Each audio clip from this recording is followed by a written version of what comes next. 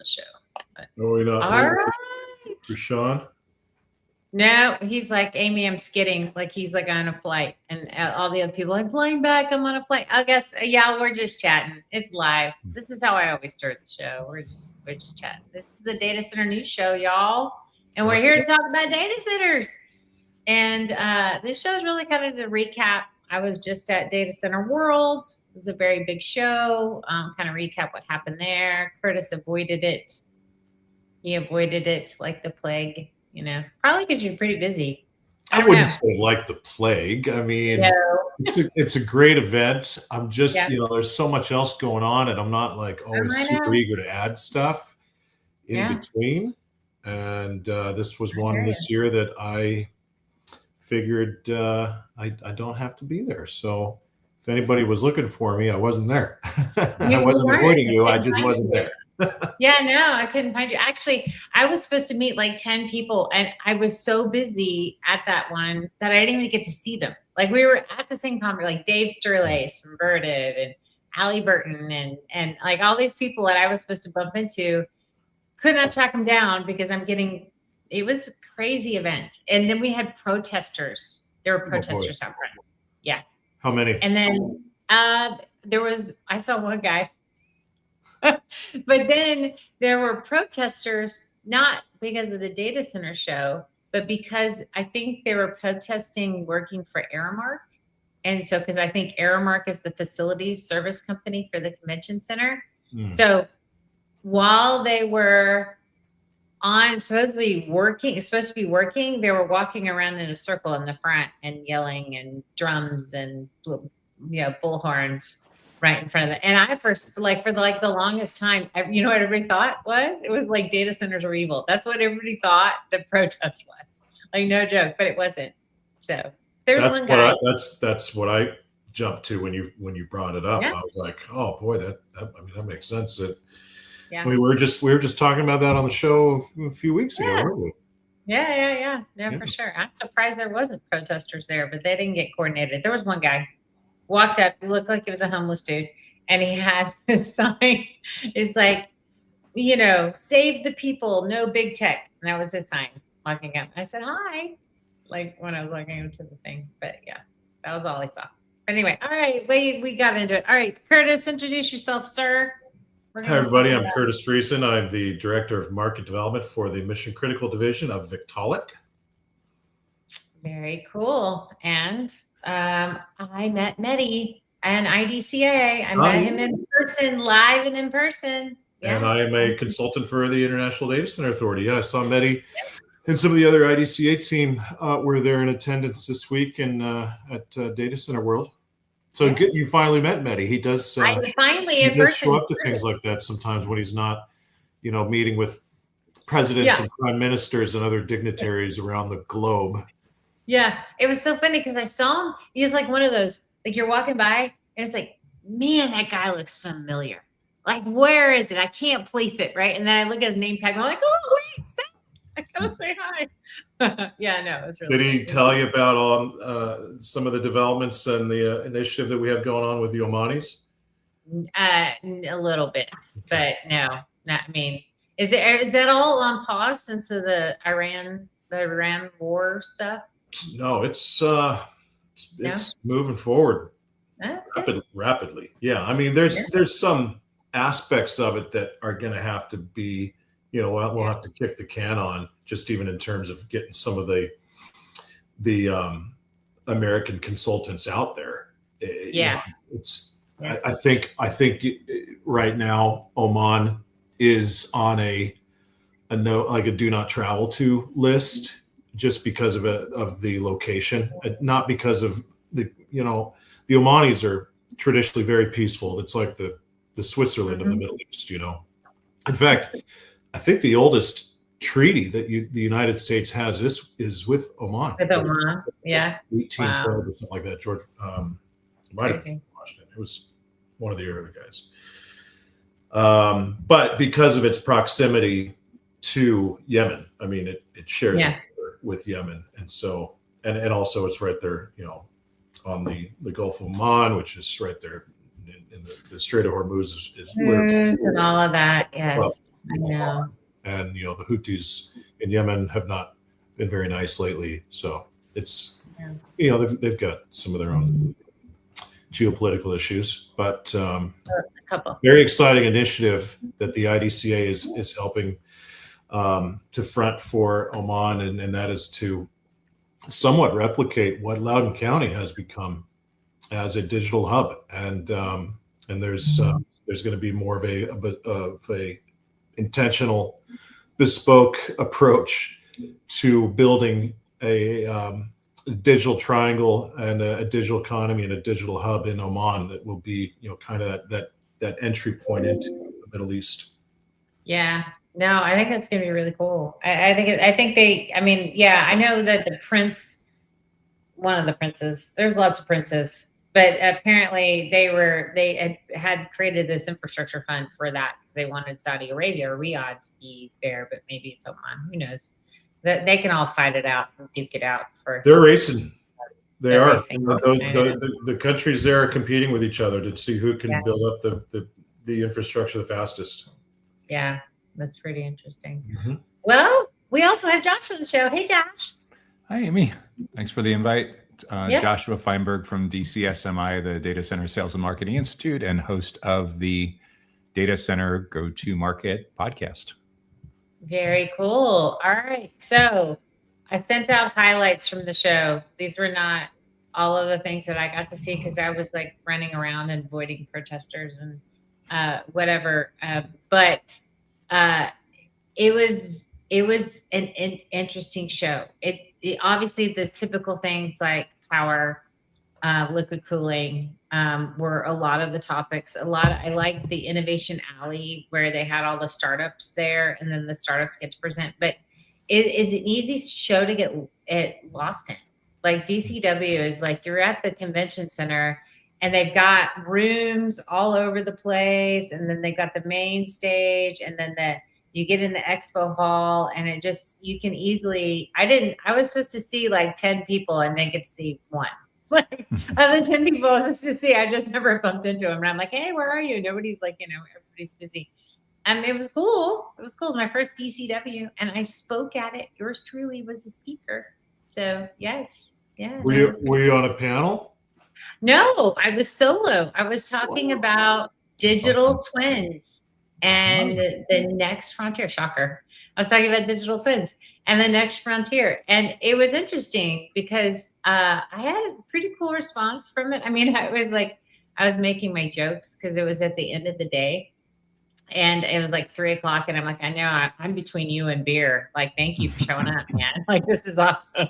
Thank you for being here. Thank you for really, but yeah, about 50 or 60 people in the room, and I was talking through like lessons learned, and this is what we've deployed, and this is what we had to go through, and this is, so it was kind of that, and then they were asking me really great questions, and I was like, look, we're not there yet, man. It's early technology. We'll figure it out, but yeah, maybe I'll go there, maybe I won't. I don't know, but this is what we're thinking today, So it was pretty fun, and I was really surprised. Or maybe not surprised, but I had a lot of the people that came to talk to me afterwards were all construction people. And I thought that was a really cool, if I was going to take away anything, like the construction industry kind of really get into digital twins and understanding. And they were like, it was like, yeah, could you do this? Could you build a twin of this? And then like, can we have work instructions next to it? And I'm like, yeah, that's pretty simple. Yeah, for sure. So it was cool. I mean, it was good. It was good. Yeah. I found it based on my experience in the industry anyway for the last 15 years, events like Data Center World and even Data Center Dynamics and 7x24, et cetera, that really is like more focused on the power and cooling aspects and kind of traditionally always has been. It's like, it's kind of funny when people ask my wife what I do, and she sometimes is like, oh, he's in tech. Not really. Yeah. Not really, but yeah. No. Curtis, could you fix my laptop? I'm having a difficult time with I mean, probably, but it's not really what I do. No. That's not really an IT. Yeah, no, I know. I like some of the numbers. Yeah, go ahead, Josh. I was going to ask if you got the audience that you got, was that the core audience that you were looking to attract from the titling and the positioning of the session? It was yes. So it wasn't just them. I had actually met a really cool guy. He was at Accenture for a long time and actually built digital twins. So he was there. I had some data center folks that actually one was really nice. He's like, yeah, Amy, you're the reason I came to the show because I've been trying to figure out about digital twins. I was like, oh my God, little me, like, okay, but he's like, yeah, we've been trying to really explore what this looks like and what it's going to be. And I'm like, oh, okay, well, that's cool. Go Jensen Huang, man. I owe that guy a beer or a shot of whiskey and a hug and some pom-poms. Like he's like really pushing digital twins and it's awesome. And everybody's like, oh, okay. After years of saying digital twins, people are catching on, but no, it's great. So yeah, you should try to get him on the show. I am trying. I really am. I know. I'm working on it. Actually, I had a hookup with if not Jensen, one of his people underneath, but we will get NVIDIA on the show. We're working on it. Great. Yeah, we will get NVIDIA on the show for sure. But yeah, so it was definitely interesting. And I think so I had the Autodesk guys were in the room. They were really cool about it. And they were like, yeah, we need to think about how we're gonna like this whole thing about the concept of life cycle, the whole life cycle, managing the whole life cycle from like dirt to commissioned operations. What does that look like? And we know there's information data loss in certain segments of that, right? And so what can we do to kind of help? So it was actually pretty cool. I was excited. I did see that they came out with numbers, and this is like some of the things I had sent out, but $6.6 trillion of IT spend, like, is it next year? Trillion with T this year. Yeah, that's nuts. Absolutely crazy. I don't know if we're going to have the capacity ready for them. One of the other things was talking about how we need to build like maybe, I don't know how many gigawatts of stuff we need to build, but we have capacity that's coming offline too. And I didn't even think about that, but we have about 100 gigawatts of stuff that's coming offline. So not only do we have to build to catch up to whatever the demand is, we're going to have to rebuild like hundreds of gigawatts of data center capacity. I guess they're doing the transition from CPU to AI. I don't know. But it was interesting. They were talking about some of that at the show about, hey, we're just going to be behind. I'm like, okay. I mean, I don't know what else you do. What else do you do? I don't know. I don't get it. Yeah. I think you mentioned something about a power gap as well. Yes. Yeah. Well, yeah. That's yes. You know that for sure. I find it funny. I find it funny. Gigawatts. Yes, I know. Only I find it funny when somebody talks to me about my projects and in Texas and they go, so are you interconnecting to the grid? And I chuckle and I'm like going, yeah, no, like I'm not going to get power from ERCOT for 10 years. Why would I go through the process? Because I'm not going to get, I'm not going to get power from the particular. Y'all going to have to get used to it. It's going to be behind the meter. Like, I don't know. I put in an interconnection request a year ago. I still haven't heard back, like on one of my sites. Like, so not a, hey, Amy, you're in this cluster. I don't even know what cluster I'm in. Like, I have no clue, and nor do they. And we have developers who are actually paying kayak payments, which is your deposits. They're actually making those payments, and they're being told that they're not in cluster 0. So I'm like, I feel for ERCOT. And so I'm like, why would you even bother? Let's just do behind the meter. Like, what do you care how you get your power? I mean, I get it. Grid's cool and all, but I think the behind the meter guys are coming along so far, and how you build those sites out and how you do that, like the closed loop cooling where you integrate it with what's happening inside the data halls, that, it'll all be integrated at one point, right? Power, cooling, data, IT, it'll all just be integrated together. I don't know. Kind of is now, but even more so. Anyway, I digress. I got on my sandbox. But so as we look forward to this year, which I find is hilarious, some of the things I heard at the show was we'll get it however we can take it. And sometimes on the cooling side, somebody was saying that all the above, like they're going back to raised floors because they're running out of room. Like they're trying to stick so much stuff above the racks that they don't have room anymore. So now they're looking at doing raised floors again because it's just changing from the amount of stuff sitting in the gray space to cool these suckers. They don't have enough room above the racks to do that anymore. And I don't know if that's because the racks are getting bigger or what that is, but it's interesting that they're going back. So they're doing raised floor and they're doing above and below is what somebody was telling me at the show, which I find interesting. I don't know.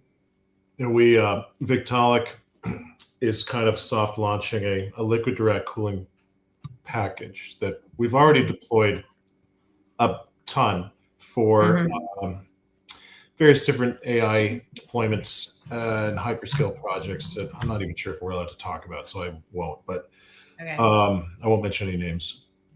But right when we think that we've got the design ready, we get a call and from some vendor or from some hyperscaler, and they're like, instead of 2-inch drops, can you do 8-inch? Like, what kind of capacities are you guys looking at over there? Yeah, exactly. I know. Like, yeah, well, I mean, we can. Yeah.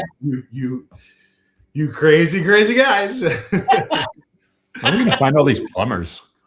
I know. Are they electricians looking to like retrain residential and commercial plumbers? I guess.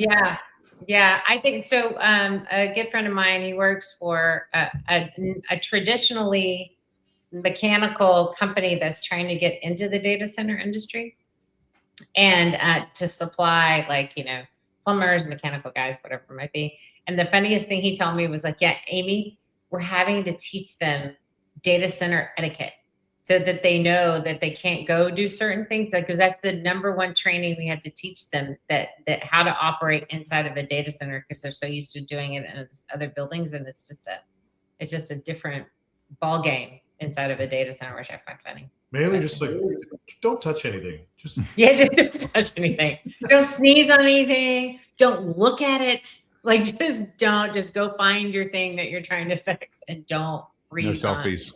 No selfies. No selfies. Yeah, no, I know. Stay away from the low voltage lines. All those other things. Don't unplug anything. Please don't unplug anything.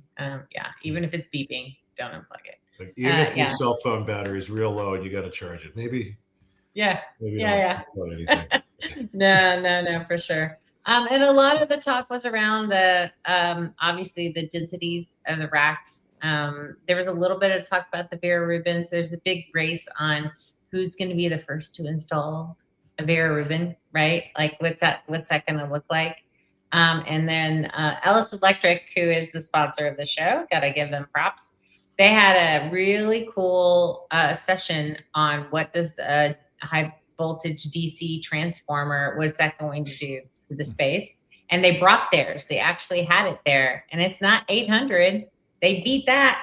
It's 1,000 volt solid state transformer that they had there, and it was really interesting. And so as he was talking through on the racks, they're like, yeah, we're trying to match with what we see coming up. So they have 300 kilovolt DC racks, and then they've got these 600 kilowatts, watts, volts, like I'm like Power 102 here. Anyway, so 600 kilowatt racks now that they're thinking they'll have in production. And then it's like, well, I mean, what does it stop? When does it become a 10 megawatt rack? Like, what? I don't understand. Like, why are we stopping at 600 kilowatts?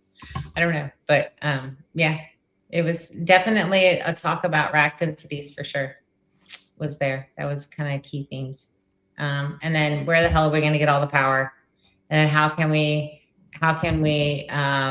figure all of that? So all the different sources like geothermal and everything was coming up, and it was like, well, I mean, it's a power source. I don't know how reliable it is, but yeah, it was an interesting show. So I beat that a dead horse. So what are y'all seeing in the market? you were too busy to go, Curtis. What do you got going on in your world? Oh, there's so much going on. We're just trying to keep up. Actually, I had my whole BizDev team come out here to Austin last week, and we painted the town red. It was great. We did some real good work. But we also went and shot some sporting clays. We went to the Comedy Mothership. I wasn't invited to Rogan's thing. Come on, man. Had some nice dinners. Yeah. It was a good time. Yeah, that's cool. That's awesome. Yeah. So where are you seeing the most use for y'all stuff? What part of the cooling process are you in?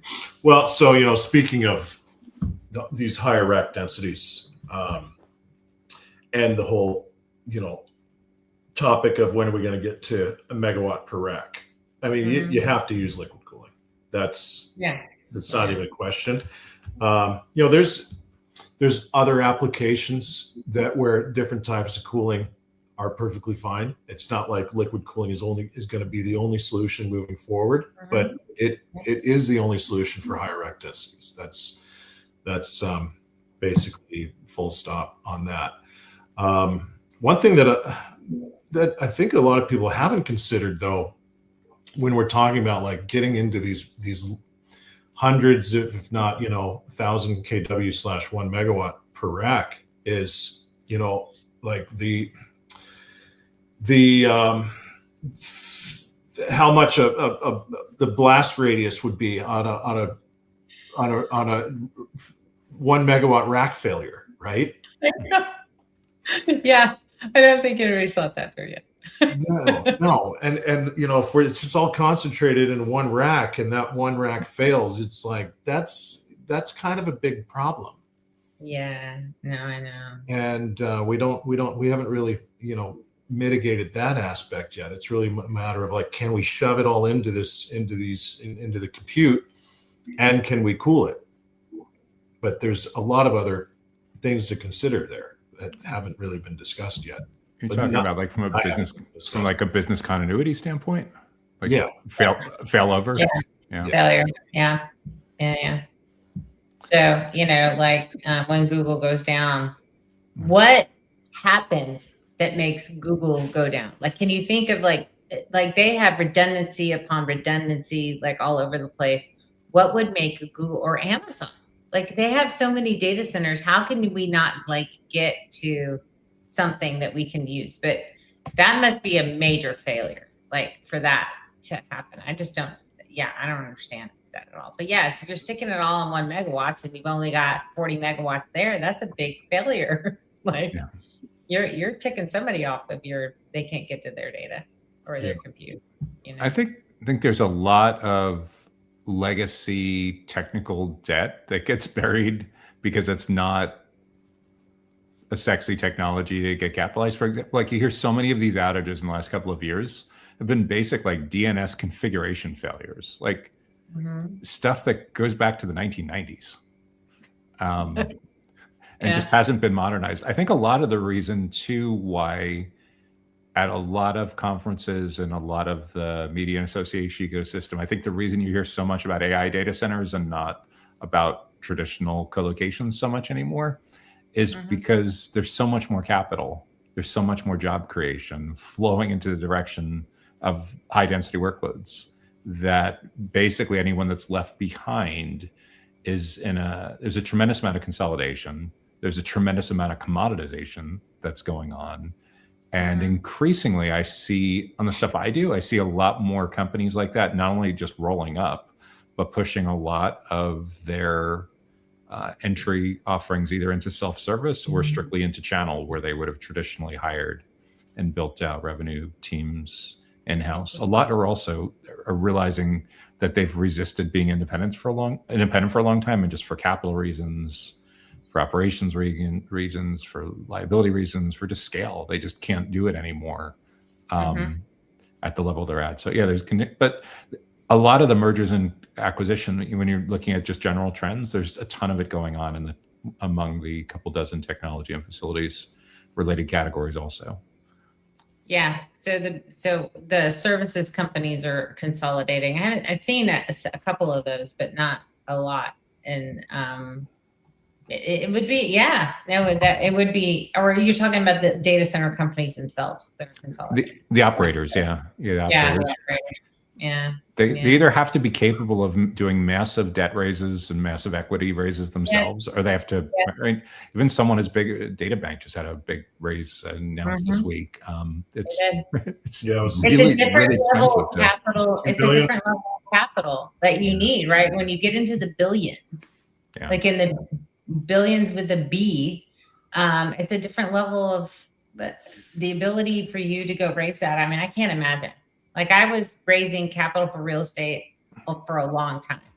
I never raised $1 billion worth. I mean, you have to have the letters of credit and financeability in order to raise $1 billion. Like there's very few people who can do that. So no wonder these private equity firms that are sitting on tranches of cash are going, oh, I'm going to be the digital form of me, and I'm just going to go pick somebody up. Yeah, which is interesting. And typically when it's project based, there's going to be some pretty strict balloon terms on the payment as well. I know. So, Which better not be late. good luck Better with build that Good thing luck on with time. Better build that thing on time. Yeah, no, I know. I mean, the capex for our Barton, so the site between Austin and San Antonio, I get the new estimates. We have a standing kind of call, and I'm seeing the new estimates, and I'm like, holy schnickies, man! Like this is insane. And this is just on the power side, like on getting the pipeline built and getting the power plant there, and then all this other stuff and the capex on that, and that's just on the power. That's not even the the road construction and the water infrastructure and all of that. We're going to get through that too. But yeah, it's no small. It's nothing to sneeze at. That's for sure. Speaking of water infrastructure, I had a meeting a few weeks ago, and we brought in somebody called in from the, I can't remember what company it was, but they're the ones that are doing the drilling for Yeah. right. Uh-huh. Do you have any idea how deep these drills are going? It's insane. Like Is it? we're talking about like multiple Mount Rainiers. Wow. Deep. I had no idea. Yeah. Yeah. Miles deep. Wow. Yeah. Yeah, that's crazy. It's unbelievable. Because we've gotten all the surface, the water. Like, so when I drilled the well in my house, like I didn't have to go that damn far. So is it because of where they're trying to tap into or the aquifers are looking for? Well, I think sometimes it's based on like where that aquifer is, and other times it's based on like how intense you need the heat to create the steam. Oh yeah, interesting. Maybe it's the type of like the loop design. I don't really speak that language, but I remember them saying like how many tens of thousands of feet they were going, and I was like, miles. Like, you're going like not just a mile, like we're talking about like multiple miles, like 6 or 7 miles deep. That's crazy. Oh my gosh! And this is not for geothermal. This is just for the cooling thing. Wow. For steam. Yeah, for steam. Yeah. Wow. That is crazy. And they were saying it like, yeah, no big deal. These are Texas guys, by the way. So of course they are. They're like, yeah, I've done that. like, oh yeah, that's easy. Yeah, we can do that. Yeah, it's fine. Oh, look at that! Look who's decided to show up. Hey. Someone decided to join the party. Welcome to the party, pal. Exactly. If my bandwidth works, I'll hang out. I don't know. He's in California. They don't have very good Wi-Fi over there. No, they taxed us for it, and I couldn't afford it. The Wi-Fi. That's too funny. All right, so we're having a discussion about water. We were talking about drilling wells. and we're talking about power and the normal things in the data center industry. And oh, Howie, the IT spend this year is $6 trillion. Did you not know? They're going to spend $6 trillion on IT. No. Yeah. Where are they Wow. going to get it? I don't know. Holy They're going to cow. get somewhere. They're going to call me. They're going to get from me. I have it for you. We're going to I'll borrow give you 40 megawatts Six- for $6 trillion. Brilliant. credit swaps. I Yeah. keep hearing about the craziest of Where is craziest that being- bottlenecks now. What now, Howie? I said, where is that being spent? We call it IT spend. Like, what category would that be? I don't know. That came out of data center world. Sure it is. So I don't know where they're talking, what all the classifications are. If it's compute or data storage or what, just regular CPU compute. Like, I don't know. Probably No on idea. printer ink. That's what And I printer spend ink. most of my money on. That counts as IT spend, right? Do you keep Office Depot in the black, Curtis? Well, they only put like 2 pages worth of I know. ink in the I cartridge. know. Such I a know. racket. It's such a racket. It's I why know. is anybody talking about it this more? The racket I- that printer ink is ridiculous. No, that's crazy. That's Well, crazy. my wife's a realtor, so she likes to print out like the No, sheet, yes. she does a showing, and Yes. she'll like show multiple homes like on a tour, and so she Mhm. wants to print out the fact sheets of the Yeah. listings. So like I don't really have to print stuff for my job, obviously, but I'm buying a lot of printer ink. Yeah, it is a racket. Yeah. It is a racket. A lot of Telling you. that spending is going to GPUs. That's probably That's, you would think. Yeah, That was because it's the most expensive thing, like of the things. So like the neoclouds are renting their GPU time at what, $450 per kilowatt per month or whatever. Like it's something in there. I would assume. And can you imagine? Like if you're a hospital and you're trying to use a megawatt of compute, like, and you want GPU, like I can't do that math in my head, but what was it, $45,000 a month for GPU compute? Like just for a megawatt? Like that's nuts. But there's got to be a use case where it makes sense, where so whatever they're getting out of that compute and what they're spending makes sense for them. I don't know, but it's interesting. I don't know. I hit my token limits all the time. I have to bounce between LLMs because I'm an AI abuser. Like I'll go from Claude to Grok to Gemini I don't like chat as much, but I'm keeping them in business. That's for sure. That's for sure. And I'm now trying the new AI. I have a Claude update on. You do? I have a Claude update on your $6.31 trillion spend, 13.5% up. IT is the biggest one for 1.87 trillion. Was the biggest spend, and software was 1.4 trillion, and devices 856 billion. Okay, so they count software in the mix. So we're thinking hardware stuff, but they count in software. Okay. Is there gonna be a Services software? they include for one. Is there going to be a software company anymore? Because aren't the LLMs going to basically kill SaaS? Like, is there software? I don't know. I shouldn't say that. I own a software company, but yes, I don't know. Very interesting. Interesting. I'm seeing some of these utilities that are having issues with power or waiting for additional power in their area. Apply for, and in particular, Silicon Valley Power just released an article. They said that they're partnering with NVIDIA to have, I don't remember the AI company that's doing it, but they're going to be monitoring the large load, and predicting when they need to shed power, going back to the data centers and saying, hey guys, ramp down on your GPU usage because we're gonna need that power. We're gonna be overcommitted here. And so they're using, a lot of other communities and utility providers are starting to tap into these new software companies that are monitoring load, and instead of in particularly Texas, right?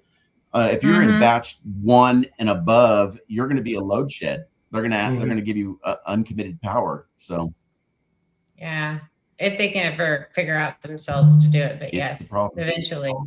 eventually, yes. You think we might be looking at going back Yeah. to tiered, like rationed usage, like, the cell phone minutes were back in the 90s and early 2000s? God, I hope not. We've been so enjoying He's watering his lawn. Call on him. I had a couple of interesting load flexibility companies on the podcast in the fall and in the early part of this year. One was a company called OBM. They're in Baltimore. Another one, Sea Power Energy. And basically, that's a lot of what they're doing is figuring out how to balance their loads. So they're running things in different parts of the day. They can balance loads across different locations. And if they really do it right, then instead of taking from the grid, they're able to sell back to the grid. So there's a massive amount of interest in that category now. And it's probably one of the best narratives to talk about as you're getting approached by activists with pitchforks about, oh, wait, we actually have a way that we can help the grid as opposed to draining the grid. Yeah. Really, there was crypto mining companies have been doing that for a while. When the hash rate makes sense, they just send the power back to the grid because it'd be too expensive to mine one Bitcoin because of the amount of power it would cost for one Bitcoin, the value of one Bitcoin anyway. Yeah, the smart controls guys are there was a couple of panels around that, and it's about like it's very data center focused though, like where are we going to minimize our spend.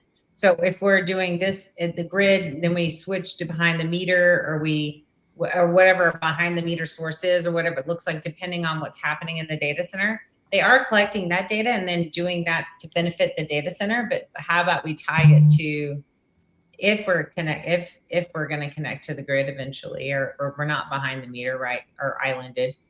I think that there is probably benefits for the data center industry to do that, right? Like say, hey, this is what our loads, this is what's happening in our load right now. And you're telling us, hey, we need you to shed. Well, how can we best do that and not hurt ourselves?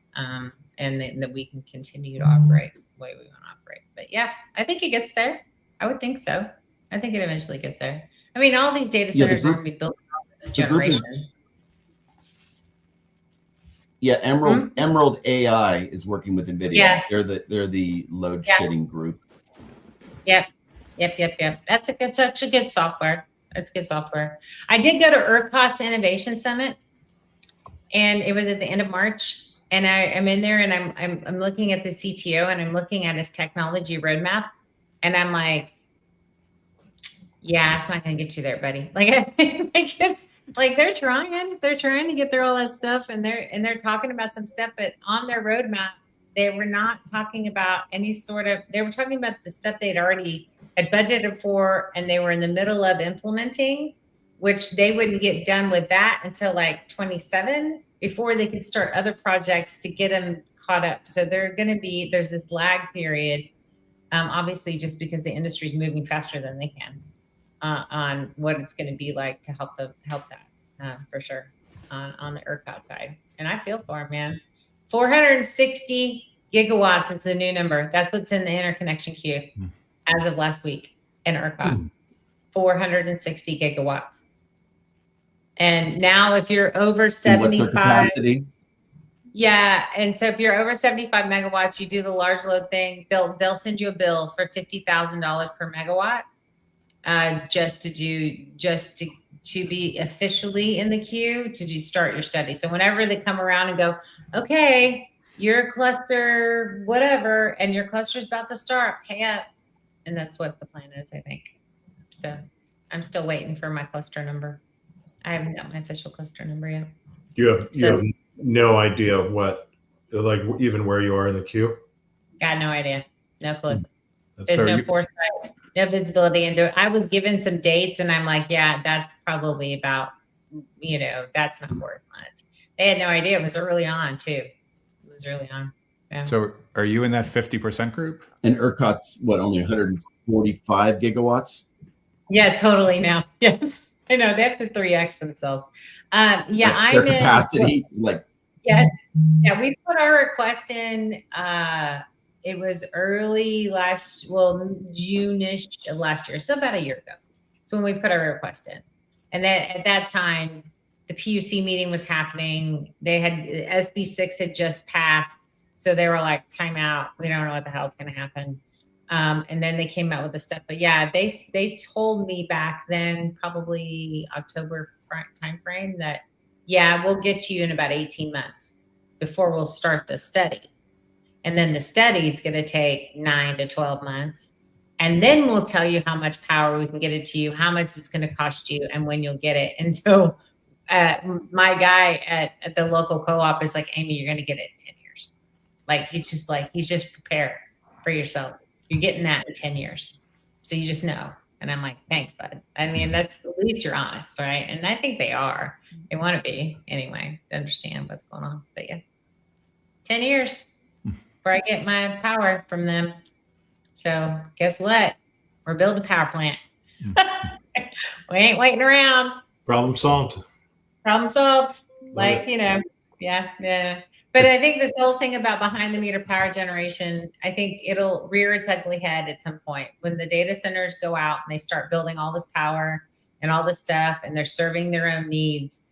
You know, I think when my power guy basically was talking with a state legislator, and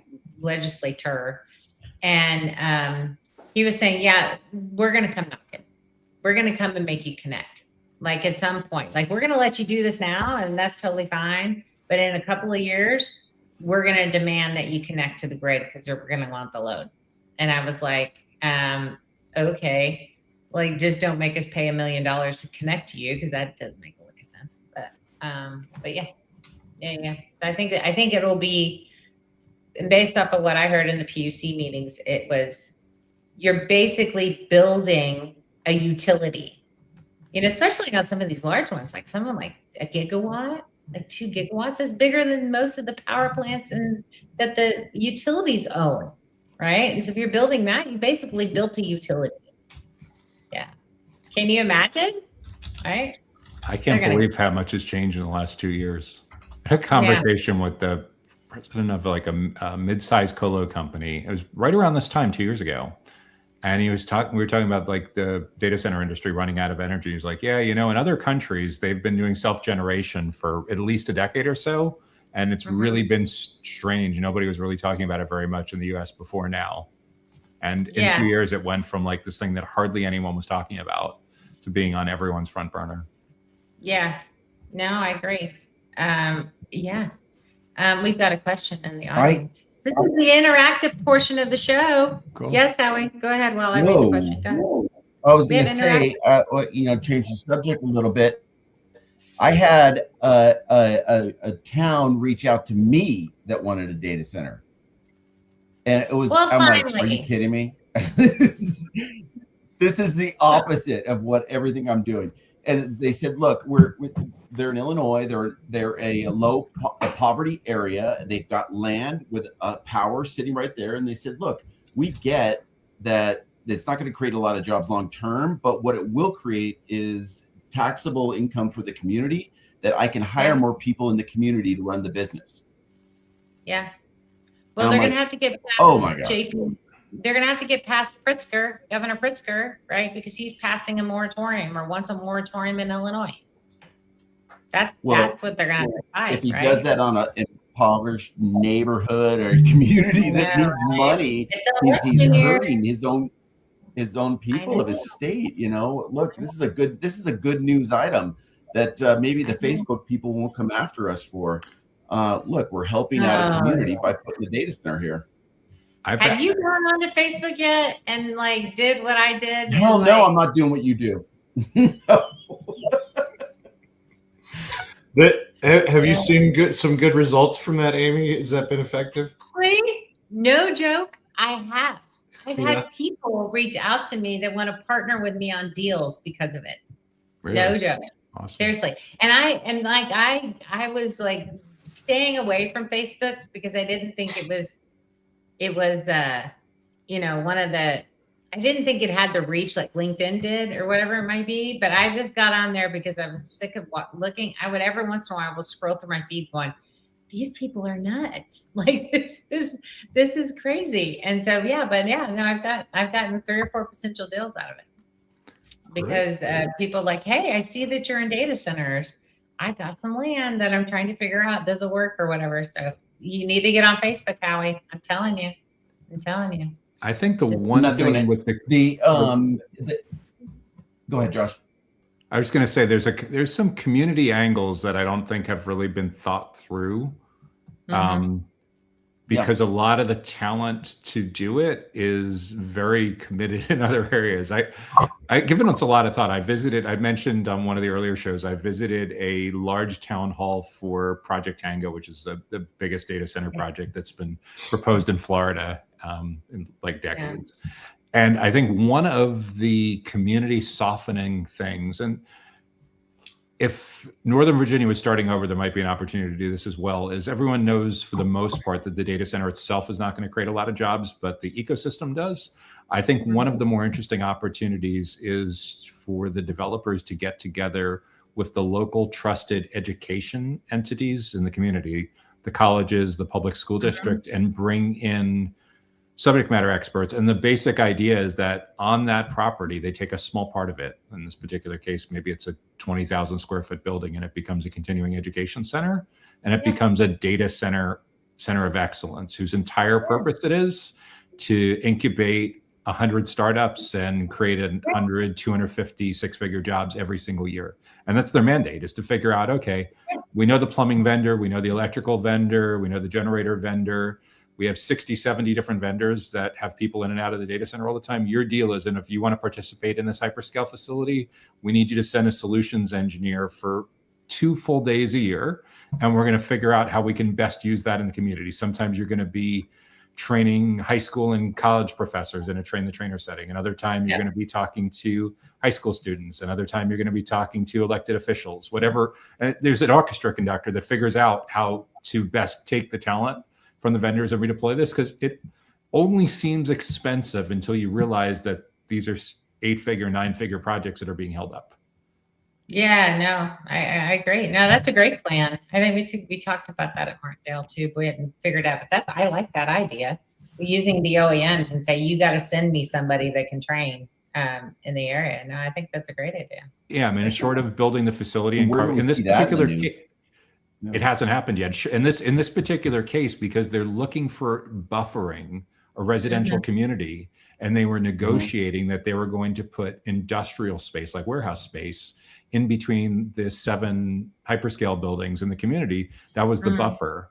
However, what if that buffer was a multidisciplinary thing that was run by the county, the 2 colleges, and the school district, and the entire purpose their mandate is to go figure out a way to create 100, 200, 300, 6-figure jobs a year and incubate a whole bunch of businesses and create this data. We already know this is part of what IDCA has a business for. There's not nearly enough education that goes around to get people into the tech jobs and the operations jobs and the construction jobs and everything that supports this ecosystem. So yeah, that's the challenge with all of this. I think finding the subject matter experts is probably the easiest part, because a lot of it is just saying, hey, instead of going to a client site or going to a conference and speaking it this week, we need you to fly into Palm Beach International and spend a day or 2 on site twice a year, 4 times a year, whatever it is, because it's your turn in the slot to do this rotation. It also helps solve one of the main problems we have as an industry, and that is a lack of human resources. Yeah. Right? I mean, that's a fantastic idea, Joshua. I really like it. I thought of it too, because I saw the local college, Palm Beach State College, has gotten really good at getting grant money. The congressman got, I think it was $7 or $8 million to build a quantum computing center in downtown West Palm. And I said, okay, if they're thinking about that and they got grant money for AI and they have low voltage, they're already doing a lot of this. What they're not doing is connecting the dots to a real live data, because in this particular region, there's virtually no capacity. There's 2 legacy data centers down in Boca. There's a couple government related ones, that's about it. The only significant action in South Florida is NAP in downtown Miami and a few other things in that area. But like considering the population density and how affluent of an area this is, there's pretty much everyone that works in this industry in this part of Florida commutes somewhere else. They have remote jobs, or they're traveling, or they're just, they're going to 25, 30 conferences a year. So their employers reluctantly allow them to hybrid with quotes around it. But hybrid basically means working from wherever. That's part of the reason why. It's like 10 years ago, I was part of a group that tried for a year to get an AFCOM chapter to sprout back up here, and it couldn't. It's just not. It's been a massive NIMBY problem. And then for years, people use the excuse of, oh, well, it's the South Florida weather is volatile and everything. And then we've seen in the last 10 years, the volatility, I don't want to jinx anything, but the volatility with weather is everywhere along the Eastern Seaboard and along the Gulf. It's not limited to just here. And historically, South Florida's had the best building codes in the country when it comes to resistance. I think there's, I mean, y'all had a big bad run where like 3 hurricanes hit Florida. It was like trippy, and like in Tampa. 20 years ago. Yeah. In 2005, So I think, no, that's a great idea. And also what I'm also thinking about is like, yes, not only does the data center, like, I think there was that study that Data Center Coalition did with like a thing where for every data center job, 6 others are created in the community. But then now that you're doing power behind the meter power generation, the power gen creates hundreds of jobs by itself. Like to run a power plant is insane. You're going to have to run a natural gas power plant for a data center, especially of any size. That's going to be hundreds of jobs, and they're well-paying jobs. Like these are electricians and gas guys and operations and all this other different stuff. So that data center is now, this whole jobs debate, I think, is basically dead, because it doesn't make, especially if you're going to do behind the meter power generation, you're going to have hundreds of jobs there.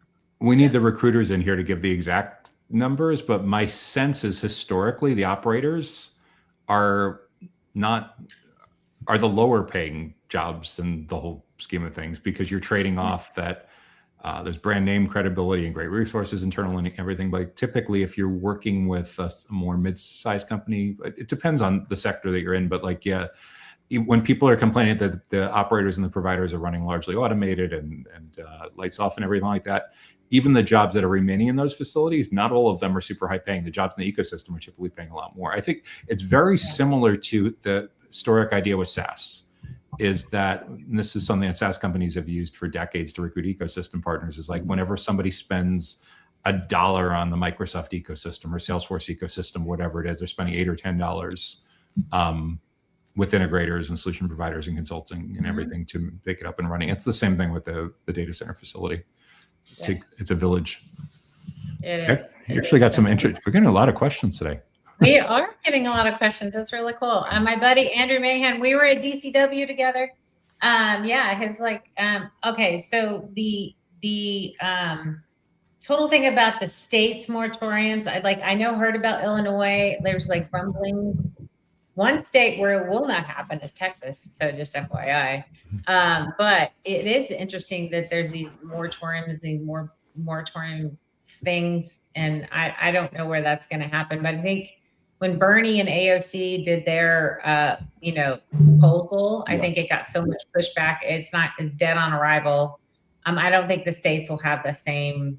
I don't know, but it's an election year. So somehow the Democrats have picked this thing to pick on us about. I mean, I don't know what else that I don't see any other unifying thing in the Democratic Party about that, but it is definitely interesting. So yes. All right. When a data center comes to a community, do local contractors have opportunities to bid on the project, or are they snuffed out by the larger EPC firms? That's a question for the group. What do y'all think?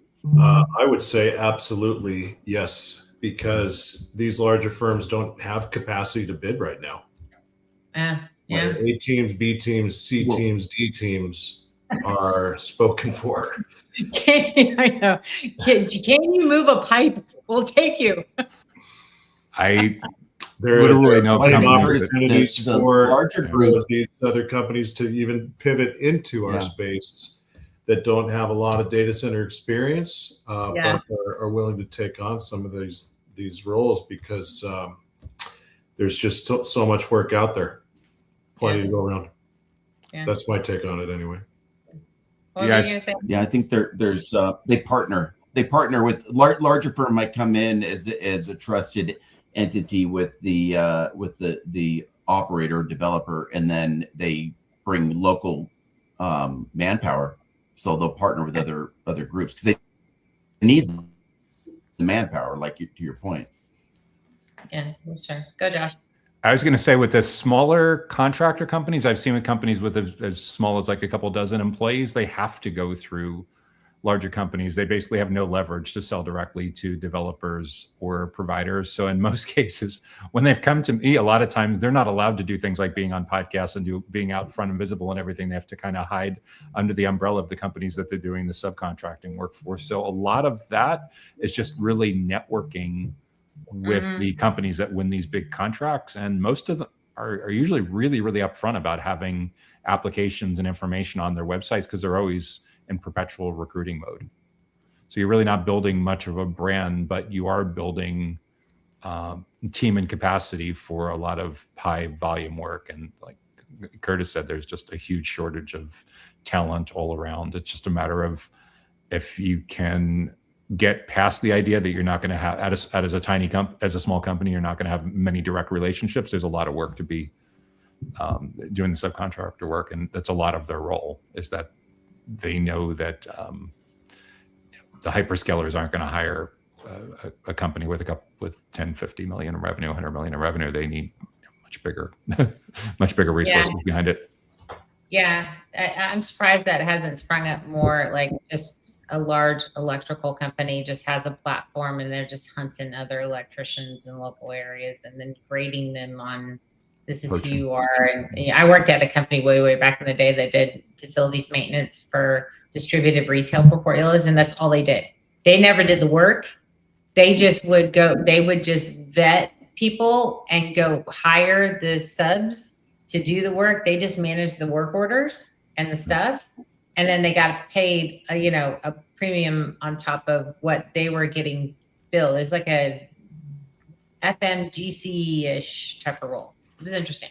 It's almost like a professional employer organization or staffing, but it's specific to construction. And there are very small margins in many cases. It looks very glamorous for the company that's controlling the contract, but a lot of the reason why they've pushed back historically on the kinds of things I talk about is exactly that. Very low margin and business still very, very much done the old school way. There's not a lot of people in that particular category going to Claude and Gemini and Copilot asking to. I think at some point there will be a lot more of that as generational changes happen. But so far, it's still very much a golf course, a cabana party conference kind of conversation. That reminds me, DCW did not have a golf tournament. I was so surprised. Like PTC, people were golfing. Like every data center thing I've been to, there's always some sort of golf thing, and there was nothing. Why do you think I didn't go, Amy? That's pretty much the main reason. Exactly. There's no golfing. Curtis is not going to show up. So there you go. Look at that, it's our hour. We're done, man. Look at this. We just had way too much fun on the show. I'm telling you, we had way too much fun. All right. If somebody would like to get a hold of you, Curtis, you'll get to go first. How could they do that, sir? Curtis.friesen@victolic.com or look me up on LinkedIn. Should be the first one that comes up. There's not a whole lot of Curtis Friesens on LinkedIn.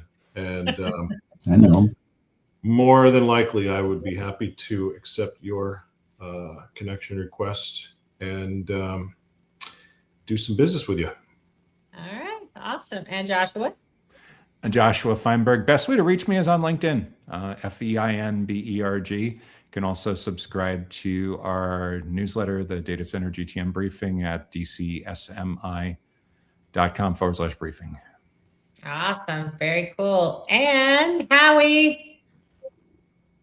Yeah, Howard.Berry, Berry at Gleason Young, or you can hit me up on LinkedIn, where I am friends with Josh, Curtis, and Amy, and they're Yes. great to hang out with on LinkedIn. Exactly. All right. And let's see. Next week, we are going to be talking data center construction. And then the following week, we're going to be talking data centers in space. Data centers in space. And the guy that we made fun of for his thing falling over is coming on the show. He's coming on the show. So I'm so excited. Thank you to Howie for getting that introduction to us. But yeah, he's so much fun. You're gonna love him. Texas guy, isn't You're he? gonna love him. Yeah. Very sure. He is. Very cool. Yeah. He's in UK right now, but Texas guy. Yeah. We didn't really make fun of him for it. That's- Well, we so did. I'm gonna have to find that. Nobody made episode. fun. Amy did a little. I was on that episode. I do remember talking about that. I was there too. We I did. I just felt bad that it fell onto the solar panel and not the other way around. Yeah, I know. Not a bad idea. Disaster recovery, get it off the planet, right? No, actually, it is really interesting, and I saw this the Star Cloud. I'm trying to get the Star Cloud guys to come to, and some others to talk about what they're thinking through. But I think it's because I mean Elon had his big hurrah, and what he's talking about is you get to the moon, because that becomes your launch pad, because you don't have to there's no gravity on the moon. So you can just go and do your thing. It's like 5 times less gravity on the moon versus the Earth. So if you want to use it as your deployment area, your hub to deploy out satellites from, it's easier to do that on the moon. So, which is kind of interesting. I was like, oh, I didn't even know that, but okay, that makes sense. There was There was a Netflix show about that a couple years ago, not with like what Elon Musk is doing. It was with Hilary Swank. I think it was called Away, and I think it was about the drama of a mom, dad, and the teenage daughter being separated because she was gone from the family so long. And they were literally, the story was, I think it was 20 or 40 years into the future, they were using the moon as the launching point off for getting to Mars. Yeah. I think that's, they had to we borrow everything from the movies. We do. We do. My digital twin things, I'm going to have Iron Man capabilities there soon. It's going to be pretty cool. But all right, y'all. Have a good week. We'll see y'all next week. Thanks for coming on the show. Thank you. Thanks, Amy. Thanks, Curtis. Thanks, Howie. Take care now. Thank you, guys. Good to see you guys. Great to see you.